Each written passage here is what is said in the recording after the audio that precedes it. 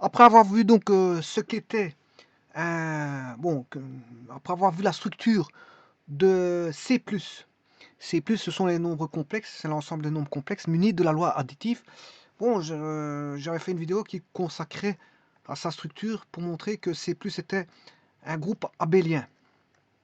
Un groupe abélien. Ensuite, j'ai établi la même démonstration pour démontrer que cette fois-ci, l'ensemble des nombres complexes munis de la loi de multiplication était, bien sûr, si on enlevait le 0 plus 0j, était un groupe abélien. Alors je vous rappelle qu'un groupe, si on a une loi de composition interne et partout définie et l'associativité, on a ce qu'on appelle un demi-groupe. Si on a une loi de composition interne et partout définie, l'associativité est un élément neutre, on a un demi-groupe avec neutre. Si on a une loi de composition interne et partout définie, l'associativité est un élément neutre et le symétrique, eh bien on a un groupe. Et alors on aura un groupe abélien si on a une loi de composition interne et partout définie, l'associativité, un élément neutre symétrique. Le symétrique et la commutativité, là en ce moment on a un groupe commutatif ou groupe abélien. Eh bien C plus était un groupe abélien et C fois, sauf le 0 plus 0j, était un groupe abélien. Voilà, ça a été démontré dans des vidéos qui ont été établies.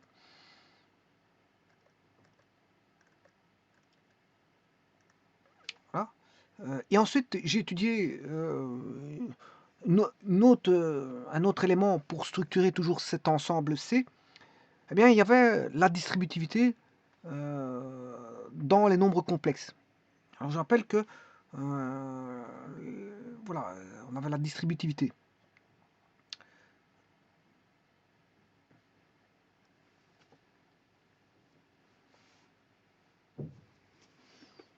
Bien sûr, la distributivité ici par rapport à l'addition. Voilà. Alors, quand on a démontré qu'on avait la distributivité par rapport à l'addition, là, on pouvait parler soit d'anneau ou de champ.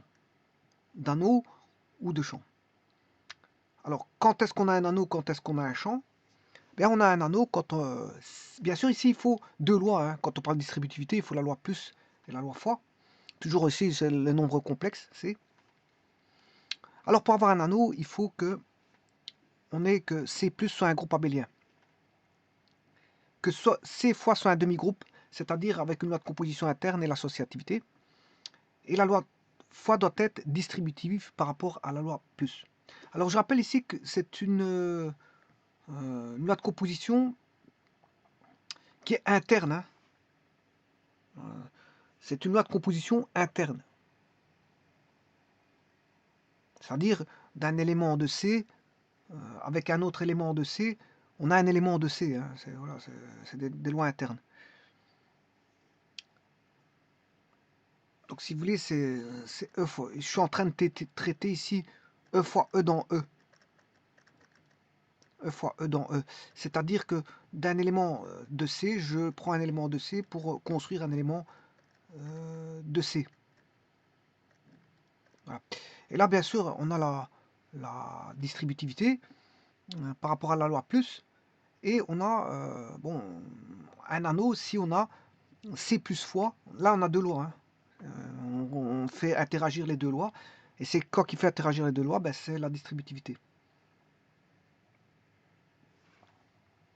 Alors, on aura un anneau abélien si on a C plus qui est un groupe abélien. Si C fois est un demi-groupe, abélien aussi. Et là, on a un anneau abélien. On a un anneau abélien. Maintenant, pour qu'il soit un anneau abélien unital, il faut qu'on ait le neutre. Voilà.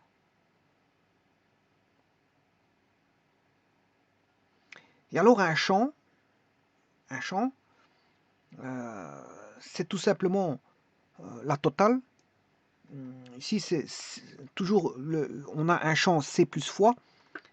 Bien sûr, on n'a pas de symétrique pour un anneau abélien unital. Hein. Il manque le symétrique. Pour avoir un champ, il manque le symétrique. Alors qu'un champ, on a tout. On a C plus qui est un groupe abélien, C fois sans le 0 plus 0g est un groupe abélien, et la loi est distributive par rapport à la loi plus. Quand on a ça, on a un champ. Donc, je peux vous dire que C plus fois est un champ.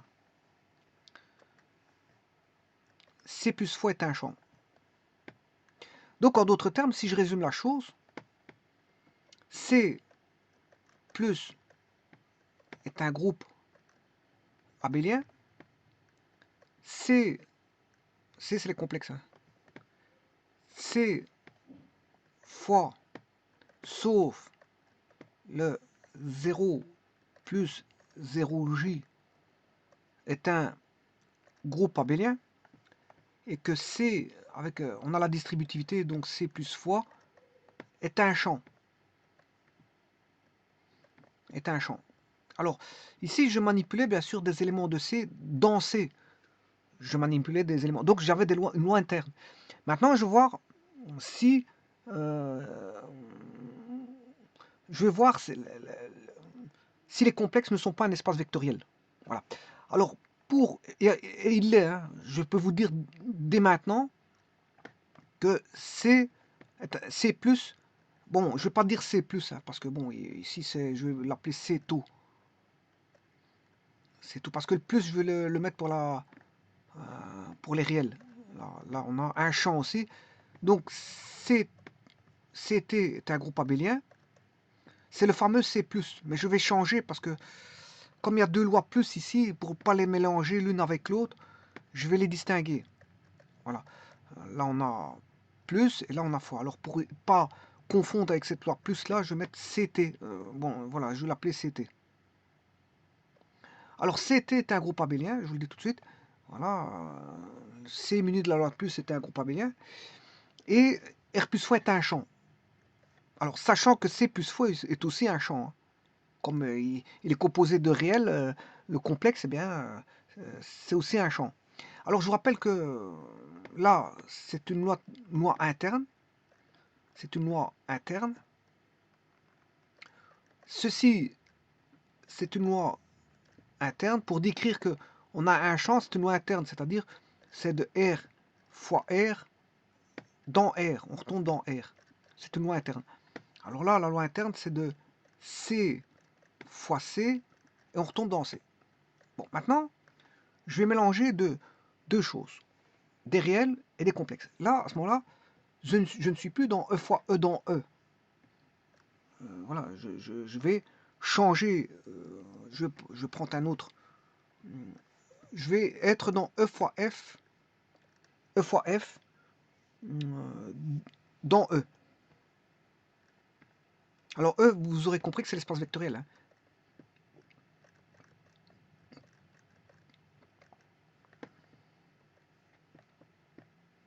On aura E fois F dans E, où E est l'espace vectoriel et F, ce sont les réels. Donc on va faire une composition de C fois R dans... on aura un complexe. Voilà, c'est une loi de composition externe là. On est... voilà. Alors, l'espace vectoriel, il est là. C'est CT. Hein. CT est un espace vectoriel. Alors, je vais le démontrer que c'est un espace vectoriel. Hein. Bon, donc, sur le champ, CT va être un espace vectoriel sur le champ K plus fois. Donc, ici, on a les espaces vectoriels, c'est quand on a des lois externes. Hein. Des lois de composition externe. Alors, pour ça, je vous ai dit que là, on a bien CT qui est un groupe abélien. Il n'y a pas de problème. Et R plus fois est un champ. Alors, pour que ce soit un espace vectoriel, il faut regarder tous les critères possibles et imaginables d'espace vectoriel. Alors, quand dit-on qu'on a un espace vectoriel? La première des choses, il faut que CT soit un groupe abélien. Or, ça l'est, hein, il n'y a pas de problème. Ce critère-là, bon, il est d'actualité. La seconde chose, il faut que il existe donc une application, c'est-à-dire que à chacun des éléments que je vais faire agir, ben, on n'aura qu'un seul résultat et il existera toujours. Alors cette application, c'est ce qu'on appelle la loi de composition, mais cette fois-ci, elle est plus interne, mais elle est externe. Alors, je vais l'appeler S, cette loi de composition externe, qui va être des complexes fois les réels. Si on associe un réel à un complexe, on obtiendra un complexe. C'est-à-dire que je vais faire agir à A, je prends un complexe Z, et le résultat, ce sera un complexe qui est AZ. C'est un complexe qui est AZ.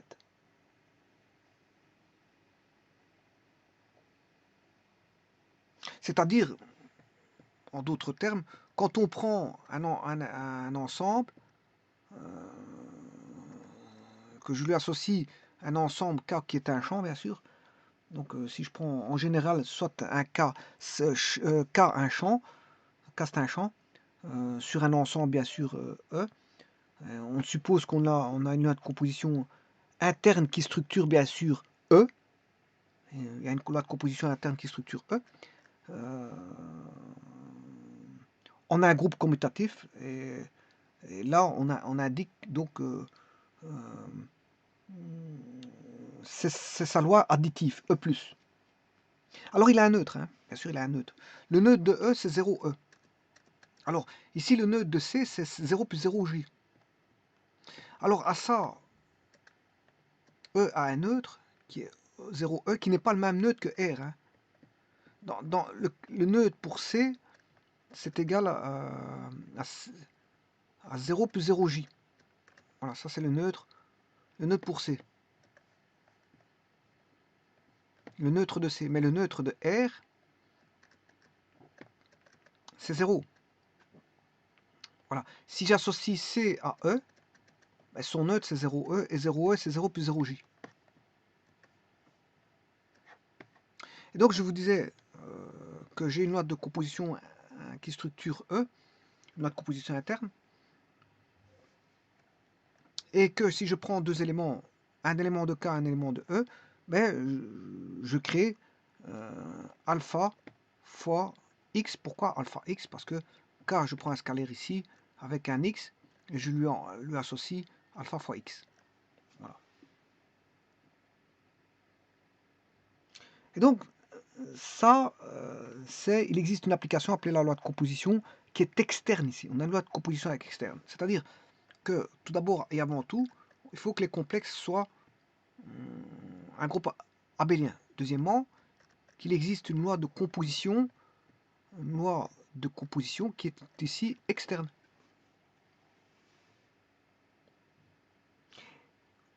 Alors, cette loi de composition externe, que je viens de définir ici, doit satisfaire à des critères. Voilà, une fois que ça c'est construit, on doit pouvoir satisfaire à certains critères. Alors, le premier critère, c'est la distributivité par rapport... Donc, c'est quoi une histoire de distributivité, hein? Enfin, il y a deux critères qui sont des critères de distributivité. C'est un petit peu comme les anneaux et comment on appelle ça, les champs. Anneaux et champs, ça a à voir avec la distributivité. Ici, l'espace vectoriel, il y a deux critères de distributivité, mais vous aurez compris que c'est distributivité entre deux ensembles. Alors que les anneaux et champs, c'est la distributivité dans un même ensemble. Donc on avait une loi de composition interne pour les anneaux et les champs, alors qu'ici, on aura deux distributivités qui vont concerner voilà, la loi externe. Alors, comme il y a deux lois, eh bien, on peut avoir deux distributivités possibles. Alors, si je prends bien sûr les complexes, CT, voilà, c'est le groupe abélien et le champ, R plus fois, on peut avoir deux critères de distributivité, dont l'un est la distributivité par rapport à la loi tau, enfin T des nombres complexes. Alors je vous rappelle que C, je vais démontrer que c'est un espace vectoriel, hein. Voilà, c'est-à-dire que quel que soit A appartenant ou alpha, je peux mettre alpha, A ou alpha, peu importe ce que je peux mettre. Bon, alpha. De toute façon, ici, il n'y a pas d'équivoque possible parce que je vous dis il appartient à R, au champ. Donc alpha est un scalaire, ce qu'on appelle un scalaire, hein, parce que je peux vous dire que C, c'est un espace vectoriel, hein. Voilà, c'est un espace. Donc lui sera considéré comme les scalaires. Voilà, ce seront les scalaires. On a d'un côté les vecteurs et de l'autre côté des scalaires. Alors si je prends un scalaire appartenant à R, quel qu'il soit, et quel que soit deux complexes que je vais appeler Z1, Z2.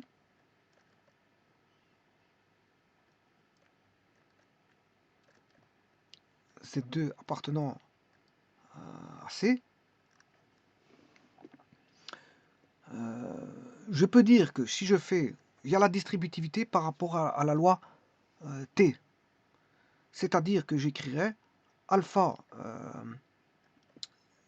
Z1 plus Z2 est égal à alpha Z1. Oui, c'est pas un plus parce que c'est la loi T.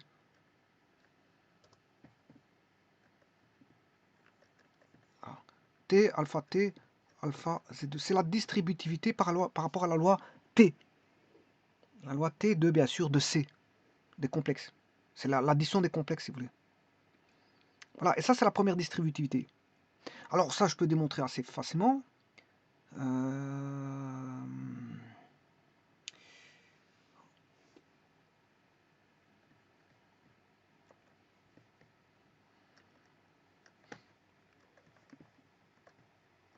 Alpha, qui est un réel, fois A plus BJ, taux C plus DJ, ben, on aura A plus C, taux B plus D, J. Voilà. En multipliant par alpha,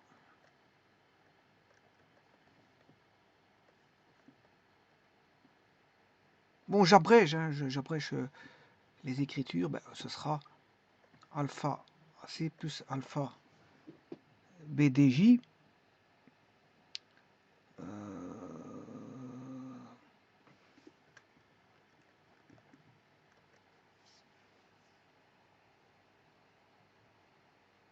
Oui, donc on aura ça.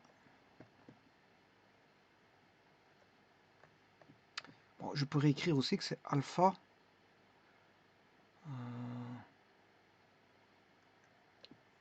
A plus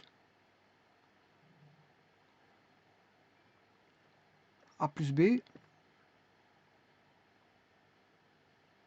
A plus BJ, taux alpha C plus DJ.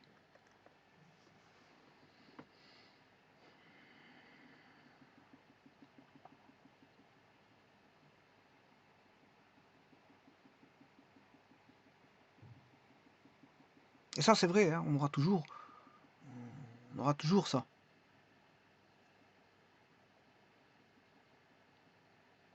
On aura toujours ça.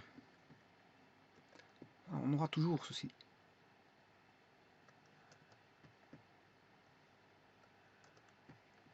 Donc ça, c'est la distributivité par rapport à la loi T. Alors maintenant, je vais regarder la distributivité par rapport à la loi plus.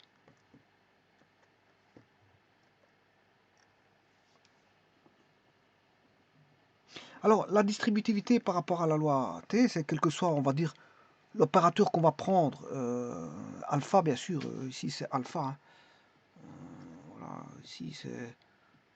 Voilà, quel que soit l'opérateur qu'on va prendre alpha, appartenant bien sûr à, ici dans ce cas-ci à R, et quels que soient les éléments Z1 et Z2 appartenant au complexe, bon, on a les deux techniques de composition qui vont se construire de manière à s'égaler.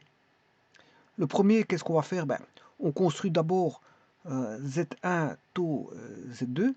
On fait agir l'opérateur alpha sur cet élément ben, qui est des complexes. Hein, parce que Z1 taux Z2, c'est des complexes. Donc je fais agir l'opérateur alpha appartenant au réel sur l'élément Z1 taux Z2. Et deuxièmement, ensuite je fais agir l'opérateur alpha sur chacun des éléments des complexes qui est alpha Z1 et alpha Z2. Et donc on retrouve qu'on a ensuite l'égalité entre alpha Z1 taux Z2 est égal à alpha Z1 taux alpha Z2.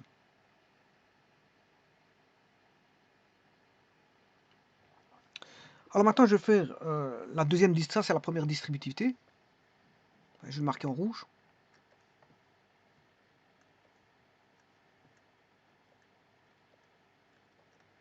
Première distributivité.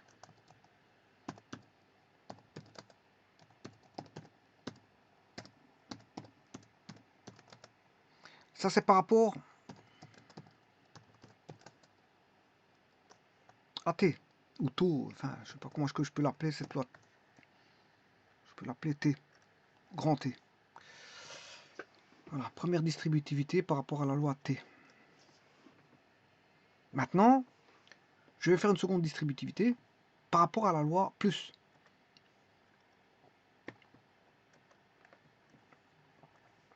Alors, dans ce cas-ci, j'écrirai que par rapport à la loi plus, bien sûr, du champ des réels, quel que soit alpha, bêta,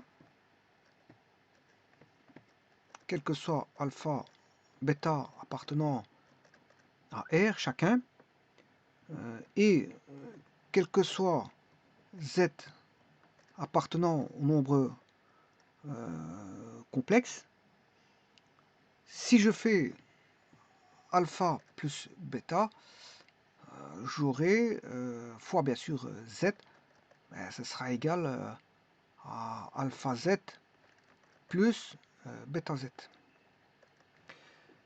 Bon, ici, c'est quel que soit, en vérité, comment ça va, on va construire ça, c'est au niveau de la construction, quels que soient les opérateurs, donc alpha et bêta appartenant au réel, et quel que soit l'élément des complexes qui est Z ici, les deux techniques de composition suivantes se construisent, construisent le même élément de l'ensemble des complexes, parce qu'en finalité, on a un complexe. Alors le premier, on additionne les deux opérateurs alpha plus bêta, et on fait agir sur cette addition l'opérateur provenant bien sûr des complexes qui est Z. Voilà, ça c'est la première construction. La seconde construction, on fait agir chaque opérateur de l'élément des complexes qui est sur l'élément de E bien sûr. Hein. Donc vous aurez alpha fois Z.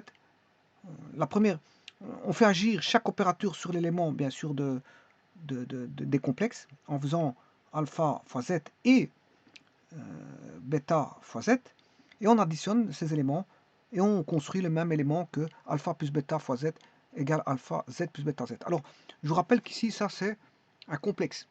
Alpha Z est un complexe, bêta Z est un complexe, la somme de deux complexes est un complexe. La somme de deux scalaires est un scalaire, fois un complexe, ça donne un complexe. Voilà. Et ici, c'est pareil. Hein. Pareil, il n'y a rien de champ, il n'y a, pas de champ, il a pas de grand changement à cela. C'est que, bon, ici on a deux complexes. Si je multiplie par alpha, on a toujours un complexe. Alors celui-ci, c'est toujours alpha fois Z1, c'est un complexe, alpha fois Z2 est un complexe. Et si je fais agir la loi T, on a toujours un complexe. Et voilà, et ça c'est la distributivité par rapport non plus à la loi T, mais par rapport à la loi plus. Et c'est la deuxième distributivité.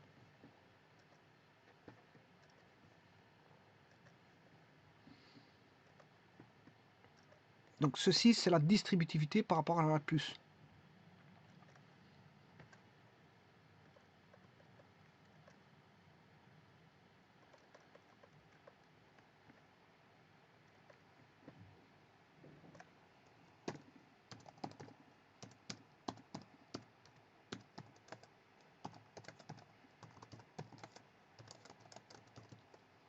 Alors ce que je vous disais tout à l'heure, je vous disais que bon, ah ouais, les anneaux et les champs sont des distributivités, mais elles sont des distributivités dans des compositions internes. Hein. Ici, c'est une loi de composition externe. Bon. Donc on a deux distributivités. Alors on a l'associativité mixte et voilà, on a l'absence d'effet de la multiplication par un élément unité des réels. Alors je vais commencer tout d'abord avant de faire l'associativité mixte. Donc je vous ai dit qu'il y a, pour l'instant j'ai vu déjà deux critères. J'ai vu la distributivité par rapport à la loi T, voilà, de C.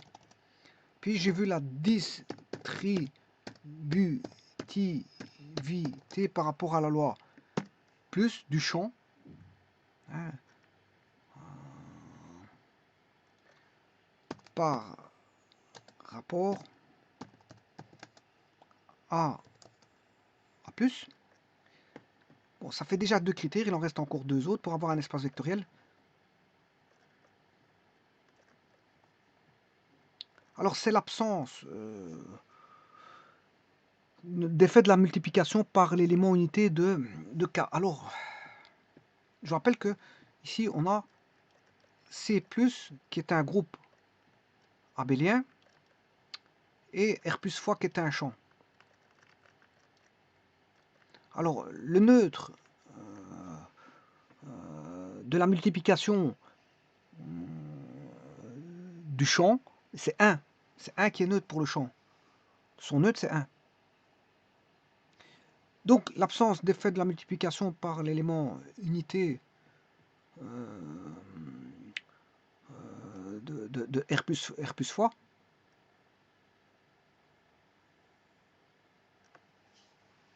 enfin, de R fois, parce que le neutre de la multiplication, c'est dans la loi R fois, hein, c'est le neutre de R fois. C'est le neutre de R fois, qui vaut 1. Alors, quel que soit le complexe, que je vais prendre Z appartenant au complexe, si je fais une fois Z, ben ça fait toujours Z. Bon, il y a l'absence.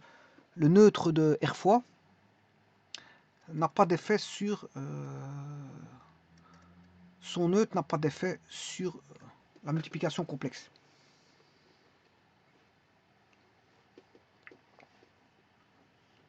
Ou en d'autres termes, autrement dit, l'action de l'opérateur 1 sur un élément quelconque des complexes n'est pas ressentie, donc il n'y a pas d'effet.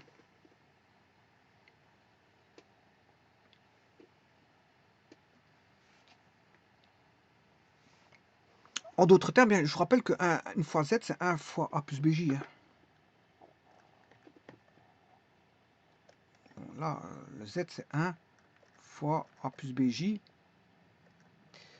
Ah, c'est égal à A plus BJ.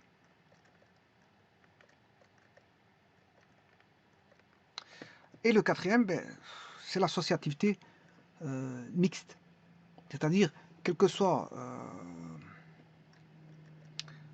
alpha, bêta appartenant au réel, au champ R plus fois, et quel que soit Z appartenant au complexe, on est l'associativité mixte, c'est-à-dire alpha fois bêta Z égale alpha fois bêta Z.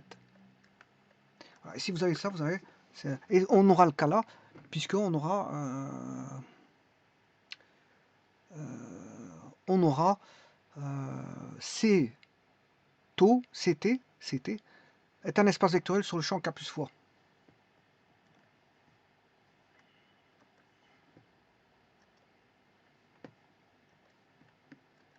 On aura CT est un espace vectoriel sur le champ K plus fois. Alors, là, avant de vous résumer ceci une dernière fois, je pourrais dire autrement dit l'associativité mixte, c'est quel que soit donc alpha et bêta appartenant à R et quel que soit Z appartenant au complexe.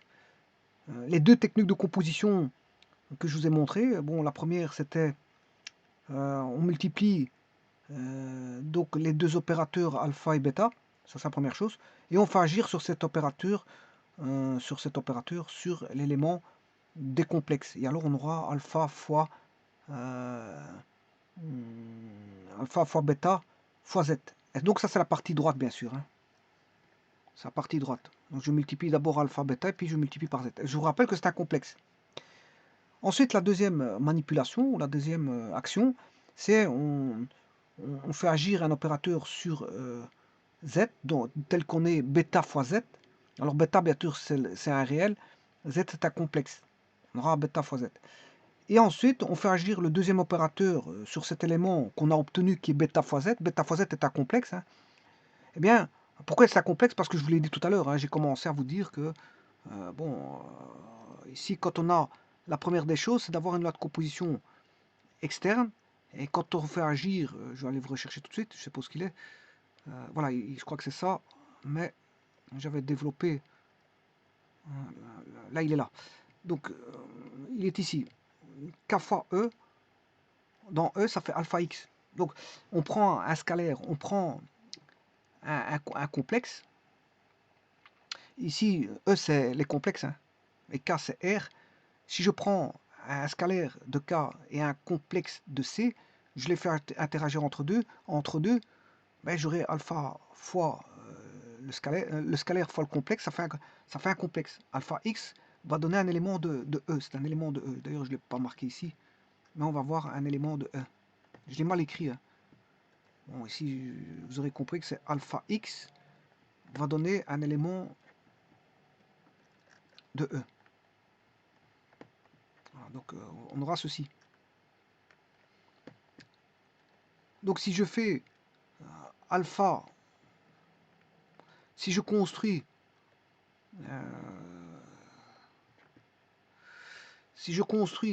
bêta fois z, c'est un complexe. Et si ayant un complexe, si je multiplie par alpha, ben, j'aurai aussi un complexe. Et donc, les deux opérations que vous avez dans le membre de gauche et de droite, ben, il y aura égalité. S'il y a cette égalité, ben, on a bien ce qu'on appelle voilà, le quatrième critère qui est vérifié. En d'autres termes, je vais un petit peu résumer la chose. La première des choses, pourquoi C, pourquoi C, T est un espace vectoriel sur le champ K plus fois, c'est tout simplement parce que, et cette fois-ci je vais aller beaucoup plus vite pour le faire, on a une distributivité, on a deux distributivités. La première c'est alpha plus bêta fois A plus BJ, voilà, est égal à alpha A plus BJ fois plus bêta fois A plus BJ, voilà la première distributivité. On en a une seconde qui est alpha A plus BJ plus C plus DJ, voilà, est égal à alpha A plus BJ plus alpha C plus DJ. Ensuite, on aura l'absence de l'élément unité qui est 1 plus une fois A plus BJ qui va donner A plus BJ. Et le dernier, le 4, c'est l'associativité mixte, c'est-à-dire qu'on a alpha fois bêta fois A plus BJ qui va donner alpha fois bêta A plus BJ.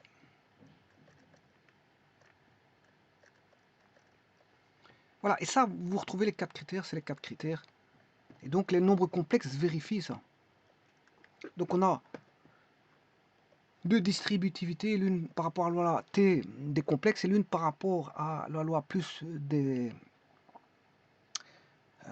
alors par rapport à la loi T, c'est ici, je remets un plus. Ça c'est par rapport à la loi T ou à la loi plus des complexes. Voilà. voilà, ça c'est la loi plus des complexes. Et l'autre au-dessus, c'est la distributivité par rapport à la loi plus des scalaires. Donc il y a deux distributivités, l'une par rapport à la loi plus des scalaires, qui est le champ des scalaires là, R, qui est R, et l'autre distributivité par rapport à la loi plus des complexes. Ensuite, on a l'absence d'effet de la multiplication sur un complexe de l'élément unité du champ K plus fois, et K plus fois, bien sûr, c'est R ici, du champ R. Bien, c'est plutôt l'élément unité de R fois. Hein. Voilà. Absence de l'élément unité de R fois sur l'action sur un complexe. Bon, une fois A plus BJ fait A plus BJ. Et le dernier, ben, c'est l'associativité, on va dire l'associativité mixte. On a une associativité mixte. Voilà. Et quand vous avez ces quatre critères-là, vous avez ce qu'on appelle un espace vectoriel sur le champ C+. Est un C+. Ici, je peux changer le T en C+, ou plus c'est la loi. C'est la loi plus pour les complexes. C'est la loi plus pour les complexes.